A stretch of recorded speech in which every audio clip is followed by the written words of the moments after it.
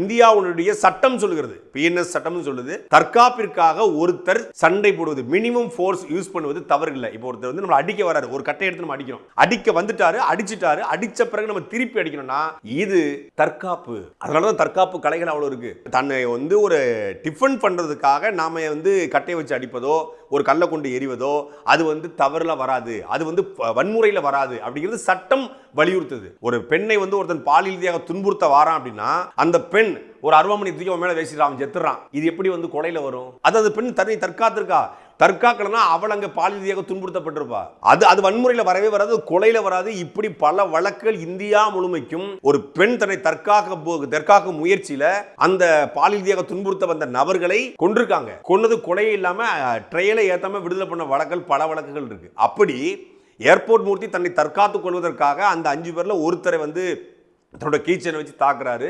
இப்போ அது வந்து கொடும் காயம் ஏற்படுத்தல் என்ற அடிப்படையில் அவர் மீது வழக்கு பதிவு செய்யப்பட்டு அதை குண்டர் சட்டமாக மாற்ற வேண்டிய தேவைன்னு இருக்கு.